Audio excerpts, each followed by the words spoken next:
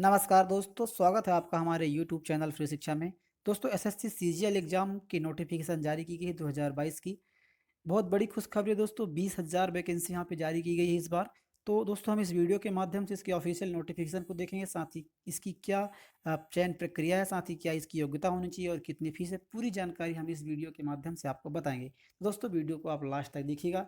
छोटी सी आपसे रिक्वेस्ट है दोस्तों, यदि आप हमारे चैनल पर पहली बार आए हैं तो हमारे यूट्यूब चैनल को आप सब्सक्राइब जरूर कर लीजिएगा। साथ ही बेल आइकन को प्रेस कर लीजिए ताकि आने वाले वीडियो का नोटिफिकेशन आपको समय पर मिलती रहे।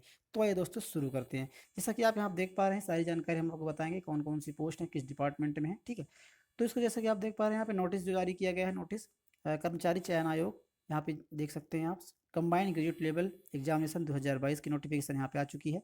ठीक है, इसकी जो डेट्स यहाँ पे कुछ अनाउंस किए गए हैं दोस्तों। एग्जाम फॉर्म अप्लाई करने की जो डेट है वो 17/9/2022 से लेकर के 8/10/2022 तक आप अप्लाई कर सकते हैं। ठीक है, इसका जो लास्ट डेट है दोस्तों अप्लाई करने का, वो 8/10/2022 है। अब यहाँ पे जैसा देख पा रहे हैं, जो टेंटेटिव एग्जाम है, शेड्यूल की टेंटेटिव शेड्यूल जारी की गई एग्जाम की टीयर 1 की, तो दोस्तों दिसंबर 2022 में कंडक्ट करवाने की बात कही गई है। उसके बाद दोस्तों जो टेंटेटिव एग्जाम है, टेंटेटिव शेड्यूल है टीयर 2 का, वो बाद में नोटिफाइड किया जाएगा। ठीक है, तो दोस्तों आगे बढ़ते हैं और इसकी डिटेल देखते हैं। इसके बात करें टोटल वैकेंसी से, मैंने टोटल वैकेंसी की तो मैंने आपको बताया कि 20,000 के आसपास की वैकेंसी है। वैकेंसी दोस्तों दो लेवल में डिवाइड की गई है, दो ग्रुप में डिवाइड की गई है। ग्रुप बी और ग्रुप सी के लेवल के पोस्ट है यहाँ पर। ग्रुप बी में पे लेवल 8, पे लेवल 8, पे लेवल 7 और पे लेवल 6 की वैकेंसी यहाँ पे है। ग्रुप सी में वही बात करें तो पे लेवल 5 और पे लेवल 4 की है। यहाँ पे कुछ वैकेंसी मैंने बताई है आपको। असिस्टेंट ऑडिट ऑफिसर की वैकेंसी है, सब इंस्पेक्टर की है, एनआईए में है, नारकोटिक्स ब्यूरो में है, और भी कई सारे एक्साइज ड्यूटी में है, मिनिस्ट्री ऑफ रेलवे में है, कई सारे पोस्ट है, वो हम आपको आगे बताएंगे। जैसा कि मैं आपको बताया कि यहाँ पे आप देख पा रहे हैं, पे लेवल 8 की बात की जाए दोस्तों तो ग्रुप बी की पोस्ट है ये। ठीक है, इसमें यहाँ पे आप असिस्टेंट ऑडिट ऑफिसर की यहाँ पे वैकेंसी है, और ये अलग अलग डिपार्टमेंट में आप देख सकते हैं। अकाउंटेंट डिपार्टमेंट, इंडिया ऑडिट में, Indian audit and accountant department में भी है, एजी सी ए जी के सी ए जी, ठीक है, सी एंड ए जी। तो आप यहाँ पे देख सकते हैं। इसके अलावा पे लेवल 7 की बात की जाए दोस्तों तो इंटेलिजेंस ब्यूरो में भी है।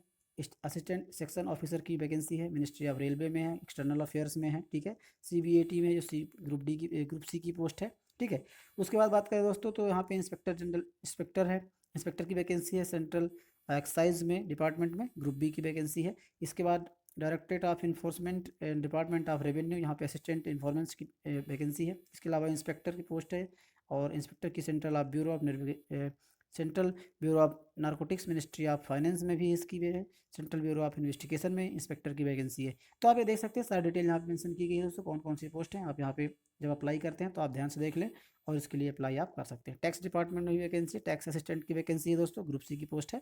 और सब इंस्पेक्टर की वैकेंसी है, central bureau of narcotics, ministry of finance, sub inspector inspector दोनों की वैकेंसी यहाँ पे दी गई। इनके पे लेवल भी यहाँ पे दिए गए हैं, कितनी से वैकेंसी स्टार्ट होगी, 25,500 से 8,000 8 लाख के आसपास की इतनी इतनी सैलरी रहने वाली है। तो आप देख सकते हैं। ठीक है, अब बात कर लेते हैं एग्जामिनेशन फीस की, फीस क्या रहने वाला है। तो दोस्तों, फीस यहाँ पे जो मेंशन की गई है, जिसकी फीस 100 रुपये फीस रहेगी। अप्लाई करने की जो फीस रहेगा वो 100 रुपये रहेगा। कई माध्यम से अप्लाई कर सकते हैं, नेट बैंकिंग, ऑनलाइन, यूपीआई के माध्यम से आप पे कर सकते हैं। तो यहाँ पे सारी डिटेल आप जब फॉर्म अप्लाई करेंगे तो आप देख कर अप्लाई कर सकते हैं। ठीक है, बात करें क्वालिफिकेशन की, क्वालिफिकेशन क्या क्या होनी चाहिए दोस्तों। यहाँ पे जो मेंशन किया गया है, असिस्टेंट ऑडिट ऑफिसर की और असिस्टेंट अकाउंट ऑफिसर की जो इसके लिए जो स्पेशल क्वालिफिकेशन है, बैचलर ऑफ डिग्री होनी चाहिए, ग्रेजुएशन की पोस्ट ग्रेजुएशन होनी चाहिए कम से कम। और डिजर्वेबल क्वालिफिकेशन, इसके अलावा दोस्तों चार्टर्ड अकाउंटेंट या फिर कॉस्ट मैनेजमेंट का कोर्स होना चाहिए। इसके बाद मास्टर इन बिजनेस होना चाहिए, एडमिनिस्ट्रेशन में होना चाहिए, फाइनेंस में, मतलब जो जिस सेक्टर से वैकेंसी है उसके अकॉर्डिंग दोस्तों अलग अलग उसकी डिग्री होनी चाहिए। जैसे किसी को फाइनेंस डिपार्टमेंट जाना तो उसकी फाइनेंस की डिग्री होनी चाहिए। ठीक है, उसके बाद दोस्तों बिजनेस स्टडीज़ की डिग्री होनी चाहिए। Economics, master in business economics, जैसे स्टैटिस्टिक की जो पोस्ट है उसके लिए बिजनेस ऑफ इकोनॉमिक्स की डिग्री होनी चाहिए। तो ये कुछ पर्टिकुलर पोस्ट दिए गए हैं जिस पे आपको अलग से पोस्ट अलग से एजुकेशनल क्वालिफिकेशन चाहिएगा। जैसे जनरल जूनियर स्टैटिकल ऑफिसर के लिए दोस्तों यहाँ पे दिया गया है कि बैचलर ऑफ डिग्री होनी चाहिए किसी भी यूनिवर्सिटी से, और साथ ही 12th पास होना चाहिए स्टैंडर्ड लेवल का। वो मैथमेटिक्स में कम से कम 60% नंबर आपके होने चाहिए। तो ये कुछ 2-3 पोस्ट हैं दोस्तों जिनकी स्पेशल डिग्री होनी चाहिए। इसके अलावा बाकी जो बचे हुए पोस्ट हैं उन सारे पोस्ट के लिए दोस्तों यहाँ पे जैसे कि आप देख पा रहे हैं, यदि आपने ग्रेजुएशन कंप्लीट कर लिया है किसी भी यूनिवर्सिटी से तो आप फॉर्म अप्लाई कर सकते हैं। मतलब बैचलर ऑफ डिग्री किसी भी पोस्ट किसी भी ग्रेजुएशन की डिग्री आपको यहाँ पे अप्लाई करके बाकी पोस्ट आप अप्लाई कर सकते हैं। ठीक है, तो ये थी दोस्तों एजुकेशन क्वालिफिकेशन। अब बात कर लेते हैं दोस्तों कि इसकी एग्जाम की प्रोसीजर क्या होगी। मैं आपको बता दूं दोस्तों कि इसकी एग्जाम की जो प्रोसीजर है दोस्तों ये दो चरणों में होती है वैसे नॉर्मली। जैसे बात करें टीयर 1 और टीयर 2 चरणों में एग्जाम कंडक्ट करवाई जाती है। उसके बाद फिजिकल होता है, जिन भी पोस्ट के लिए फिजिकल एप्लीकेबल होता है वो आपको बताऊंगा आगे वीडियो में। तो उसके लिए फिजिकल होती है, उसके बाद डॉक्यूमेंट वेरिफिकेशन होता है, देन उसकी प्रोसेस जो है कंप्लीट होती है। तो बात करें कि शेड्यूल जो टीयर 1 है इसके लिए क्या होता है। टीयर 1 में दोस्तों मल्टीपल चॉइस क्वेश्चन होते हैं, ऑब्जेक्टिव टाइप के प्रश्न आते हैं और इसमें 4 पार्ट दिए गए हैं, general intelligence, general awareness, quantitative aptitude और इंग्लिश कंपैरिजन। ये तो 25-25 प्रश्न रहेंगे दोस्तों। प्रत्येक प्रश्न 2 नंबर का होगा, टोटल मिलाकर के 50 नंबर के एक सेक्शन का पार्ट होगा। तो इस प्रकार से दोस्तों जैसा कि आप देख पा रहे हैं 100 प्रश्न आपको देखने को मिलेंगे, 200 नंबर के होंगे और जो समय मिलेगा आपको दोस्तों 1 घंटे का समय आपको दिया जाएगा। ठीक है, यहाँ पे आप देख पा रहे हैं मल्टीपल चॉइस का प्रश्न होगा दोस्तों। ध्यान देने योग्य बात यह है दोस्तों कि यहाँ पे माइनस मार्किंग होगा, नेगेटिव मार्किंग होगी। तो दोस्तों नेगेटिव मार्किंग होगी वो भी 0.50 होगा। मतलब यदि आप 2 प्रश्न गलत करते हैं, यदि 1 प्रश्न आप गलत करते हैं तो आपको माइनस मार्किंग डिडक्ट कर लिया जाएगा। ठीक है, तो ये दोस्तों रही। अब बात कर लेते हैं वहीं टीयर 2 की। ये तो टीयर 1 की प्रोसेस होती है, मल्टीपल सभी के लिए कॉमन रहेगा। अब बात करें दोस्तों कि टीयर 2 में, टीयर 2 में दोस्तों क्या है कि यहाँ पे 3 पेपर होते हैं।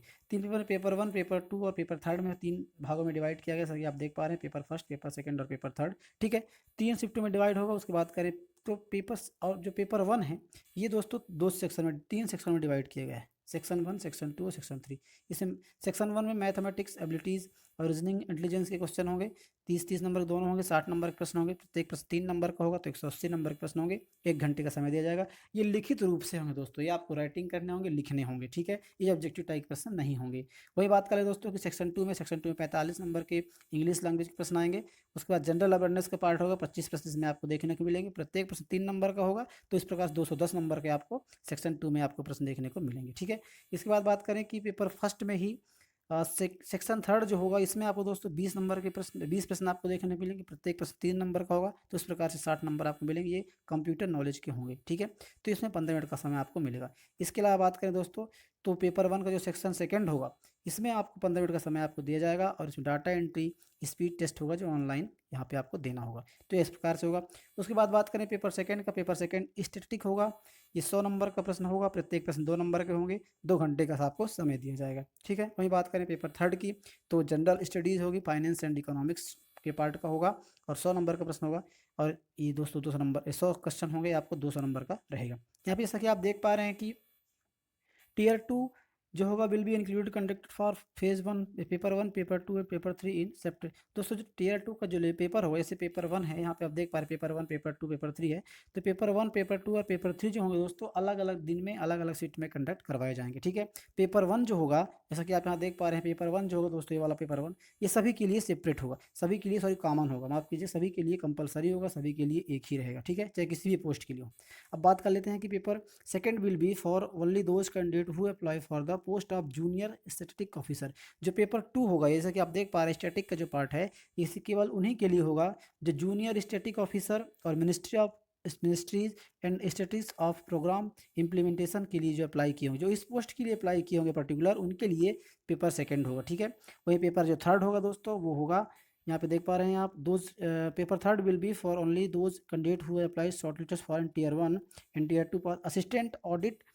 और इसके लिए जो ऐसा आप देख पा रहे हैं जो पेपर थर्ड होगा, यहाँ वाला पेपर थर्ड होगा ये दोस्तों असिस्टेंट ऑडिट ऑफिसर और असिस्टेंट अकाउंट ऑफिसर के लिए होगा। जैसा कि फाइनेंस और एंड इकोनॉमिक्स डिपार्टमेंट जिनके पास डिग्री होगी वो स्पेशल लिंक के लिए एग्जाम होगा। ठीक है, और तो पेपर 1 होगा will be include for flying section having 2 modules. दोनों मॉड्यूल जैसे पेपर जो आपको बताया जा रहा है कि पेपर जो 1 होगा ये दोनों मॉड्यूल में किया गया है, जैसे मॉड्यूल 1 और मॉड्यूल 2 तो 2 मॉड्यूल में आयोजित किया जाएगा। तो इस प्रकार से कुछ चेंजेस किए गए हैं, आप देख सकते हैं और डिटेल में देख करके आप अप्लाई कर सकते हैं। अब बात करें दोस्तों कि सिलेबस क्या रहने वाला है। तो दोस्तों जैसे टीयर 1 के लिए जैसे मैंने आपको बताया कि 4 पार्ट में डिवाइड किया जाएगा। जनरल इंटेलिजेंस का पार्ट होगा, जनरल अवेयरनेस का पार्ट होगा, मैथ का पार्ट होगा, ठीक है, और रीजनिंग का पार्ट होगा।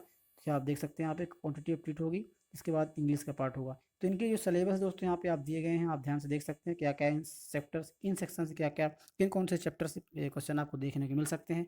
जैसे रीजनिंग की बात करें दोस्तों तो यहाँ पे आप देख सकते हैं सभी प्रकार की जो रीजनिंग है, इससे यहाँ पे एनालॉजी, सिंबॉलिक, न्यूमेरिकल, मतलब वर्बल और नॉन वर्बल दोनों रीजनिंग आपको देखने को मिलेंगे। ऑब्जर्वेशन, जजमेंट, तो इस प्रकार से आप यहाँ पे देख सकते हैं सारी डिटेल यहाँ पे दी हुई है और देख करके आप इसकी तैयारी कर सकते हैं। जनरल अवेयरनेस की बात करें तो जनरल अवेयरनेस में दोस्तों, जनरल अवेयरनेस के कोई भी यहाँ पे आप देख सकते हैं सारी प्रश्न की इन्वायरमेंट अराउंड के बारे में बताया जाए। Question will be also matter यहाँ पे दिया गया है। इसके अलावा दोस्तों नेबरहुड कंट्रीज, भारत के पड़ोसियों से क्या संबंध है ना, हिस्ट्री, कल्चर, ज्योग्राफी, इकोनॉमिक्स, इस प्रकार से प्रश्न आपको यहाँ पे देखने को मिलेंगे। वही मैथ की बात करें, मैथ के भी यहाँ पे आपको सिलेबस दिए गए हैं, कौन कौन से प्रश्न आएगा, ठीक है, सारी जानकारी यहाँ पे दी हुई है। ठीक है, तो आप यहाँ देख कर तैयारी कर सकते हैं। बात करें इंग्लिश की, तो इंग्लिश में भी आपको यहाँ पे कंप्रेशन के रूप में आएगा, आप यहाँ पे देख सकते हैं। ठीक है, अब इसके बाद बात करें तो फिजिकल की, कुछ पोस्टों में दोस्तों फिजिकल की भी यहाँ पे प्रोसेस दी गई है कि जैसे आप क्वालिफाई कर जाते हैं तो फिजिकल स्टैंडर्ड होगा जो इंस्पेक्टर और सब इंस्पेक्टर के लिए होगा। ठीक है, सेंट्रल एक्साइज और एग्जामिनर प्रिवेंटिव, यहाँ पे इंस्पेक्टर और सब इंस्पेक्टर जो वैकेंसी है, कंट्रोल ब्यूरो नारकोटिक्स में, तो इनके लिए जो फिजिकल की यहाँ पे दिया गया। तो फिजिकल होगा दोस्तों, फिजिकल के लिए 157.5 सेंटीमीटर लंबाई होनी चाहिए। ठीक है, और चेस्ट जो है बिना एक्सपेंशन के 51 होना चाहिए। एक्सपेंशन करने के बाद 5 सेंटीमीटर कम से कम उसमें एक्सपेंशन होना चाहिए, फूलना चाहिए। ठीक है, यहाँ पे कुछ रिलैक्सेशन भी दिया गया है, यहाँ पे देख सकते हैं। यदि आप गहरवाली, असमीज़ और गोरखा से संबंधित रखते हैं तो आप 5 सेंटीमीटर का आपको छूट दिया जाएगा। ठीक है, तो आप यहाँ फिजिकल की भी प्रोसीजर दो थी क्या, और उसके अलावा फिजिकल टेस्ट में होगा दोस्तों 1600 मीटर की दौड़, 1600 मीटर की चलना होगा आपको, दौड़ना नहीं कह सकते, 1600 मीटर आपको चलना होगा 15 मिनट में। बात करें साइकिलिंग की प्रोसेस, साइकिलिंग में 8 किलोमीटर आपको साइकिल चलानी होगी 30 मिनट में। तो कोई टफ काम नहीं है, आप बिल्कुल देख सकते हैं। इसके अलावा फीमेल कैंडिडेट्स के लिए भी यहाँ पे दिया हुआ है। और उसके अलावा और भी पोस्ट जैसे हैं, इसके लिए inspector of central bureau of investigation में, इन्वेस्टिगेशन के लिए जो है उसके लिए 165 सेंटीमीटर होनी चाहिए, वुमेन के लिए 150 सेंटीमीटर होनी चाहिए। तो ये थी दोस्तों कुछ इंपॉर्टेंट जानकारी। इसके अलावा विजन, आँख आँख का भी कुछ टेस्ट लिया जाएगा, तो आप ये देख सकते हैं। चश्मा बिना, विदाउट ग्लास, आपकी डिस्टेंस ये होनी चाहिए कि आप ना देख सकते हैं। ठीक है, तो ये कुछ प्रोसीजर है दोस्तों एसएससी की छोटी सी, आप बिल्कुल आपको जानकारी हेल्पफुल होगी। ठीक है दोस्तों, इसके बाद डॉक्यूमेंट वेरिफिकेशन होगा। डॉक्यूमेंट वेरिफिकेशन के बाद आपको निश्चित तौर पर यदि आप क्वालिफाई करते हैं, शॉर्ट लिस्टेड होते हैं, तो आपको ज्वाइनिंग मिल जाएगा। आई होप दोस्तों आपको वीडियो पसंद आया होगा। वीडियो यदि आप पसंद आया दोस्तों तो आप वीडियो को लाइक कीजिएगा, चैनल सब्सक्राइब कीजिएगा। मिलते हैं किसी ऐसे नए वीडियो में, तब तक के लिए जय हिंद दोस्तों।